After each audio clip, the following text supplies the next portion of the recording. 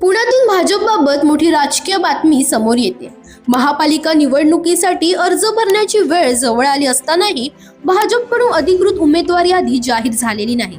मात्र यादी जाहीर करण्याऐवजी भाजपने वेगळेच खेळ खेळल्याचं चित्र आहे। सूत्रांच्या माहितीनुसार ज्यांची उमेदवारी निश्चित झाली आहे अशा उमेदवारांना थेट फोन करून अर्ज भरण्याचा निरोप देण्यात येतोय। त्यांच्यापर्यंत पक्षाचे ए आणि बी फॉर्म गुप्तपणे पोहोचवले जात आहेत। संभाव्य बंडखोरी टाळण्यासाठी भाजपकडून ही रणनीती आखल्याचं बोललं जातंय।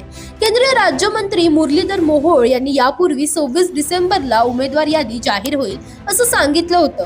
त्यानंतर 28 डिसेंबर पर्यंत यादी येईल अशी माहिती देण्यात आली। मात्र प्रत्यक्षात अधिकृत यादी न जाहीर करता थेट उमेदवारांशी संपर्क साधण्याचा मार्ग भाजपने निवडला आहे।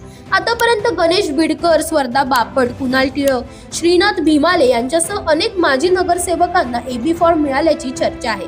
भाजपमधून पहिला अधिकृत अर्ज गणेश बिडकर यांनी दाखल केला असून सायली वांजळे, माधुरी सहस्त्रबुद्धे आणि योगेश मुळीक यांनीही अर्ज दाखल केले आहे। एबी फॉर्म मिळाल्याची चर्चा असलेल्या नावांमध्ये स्वर्धा बापट, कुणाल टिळक, बापू मानकर, राघवेंद्र मानकर, कल्पना बहिरड, देवेंद्र उर्फ छोटू वडके, उज्ज्वला यादव, विशाल धनवडे, प्राजक्ता गडाळे, पल्लवी जावळे, श्रीनाथ भीमाले, राजेंद्र शिरमळकर, योगेश मुळीक, सायली वांजळे, अर्चना पाटील, शंतनू कांबळे, सम्राट थोरात आणि सुजाता काकडे यांचा समावेश आहे। मात्र अद्याप या नावांची अधिकृत घोषणा झालेली नसल्यामुळे पुण्यातील राजकीय वातावरणात संभ्रम कायम आहे।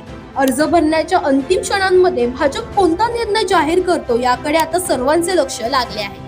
दरम्यान तुम्हालाही अशाच पॉलिटिक्स रिलेटेड अपडेट्स हव्या असतील तर इंडिया लीडरला फॉलो करायला विसरू नका।